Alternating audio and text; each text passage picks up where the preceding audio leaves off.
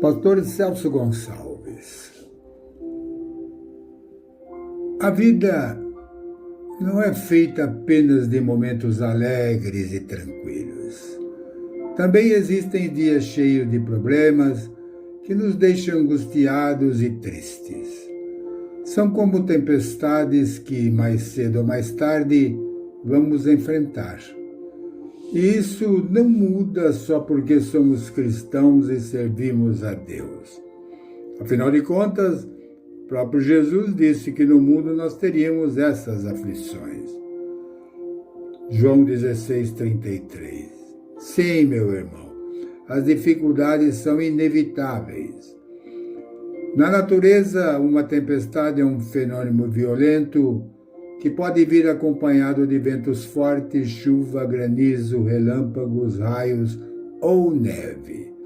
Já na vida do cristão, ela simboliza tempos de lutas, dores e necessidades. E nos dois casos, quando a tempestade vem, qualquer um pode ser atingido por ela e sofrer consequências muito graves. E hoje vamos ver três tipos de tempestades que costumam surgir na vida do cristão, independente da nossa classe social, financeira ou moral. Todos nós podemos ser atingidos por elas em algum momento. Primeiro, a tempestade que nós mesmos causamos. Esse tipo de tempestade é aquela em que nós mesmos causamos por causa de nossa desobediência a Deus, e ela nos traz consequências graves e também para todos que estão à nossa volta. E muitas vezes os seus danos são irreparáveis. A Bíblia nos traz um exemplo muito claro sobre essa tempestade quando conta a história do profeta Jonas, que recebeu uma ordem de Deus para pregar em Nínive, cidade mais poderosa e perversa da Síria. No início do livro de Jonas, vemos que Deus não estava feliz com as atitudes daquele povo. Por isso disse para o profeta pregar naquela cidade. Mas Jonas fugiu, desobedecendo a ordem do Senhor. E essa atitude de Jonas trouxe consequências terríveis, não só ao profeta, mas também a todos aqueles que navegavam com ele. A Bíblia diz que Deus mandou uma tempestade tão forte que o barco em que eles estavam quase se despedaçou. Os marinheiros ficaram desesperados e começaram a clamar, cada um para o seu Deus, e para deixar o navio mais leve jogavam fora todas as suas cargas e mantimentos.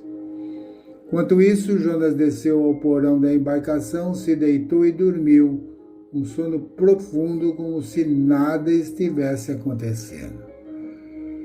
E mais tarde, quando todos já estavam certos de que sofreriam um naufrágio, Jonas confessou que era ele o causador de todo aquele problema e que foi por causa de sua desobediência a Deus que aquela tempestade havia surgido.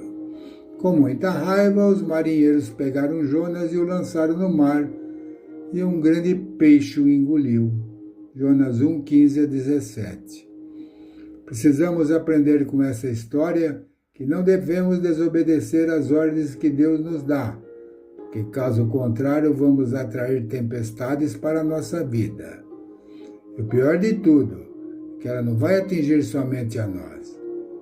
Todas as pessoas que amamos e que estão próximas a nós também sofrerão consequências de nossas escolhas erradas. Tempestade que vem para testar nossa fé.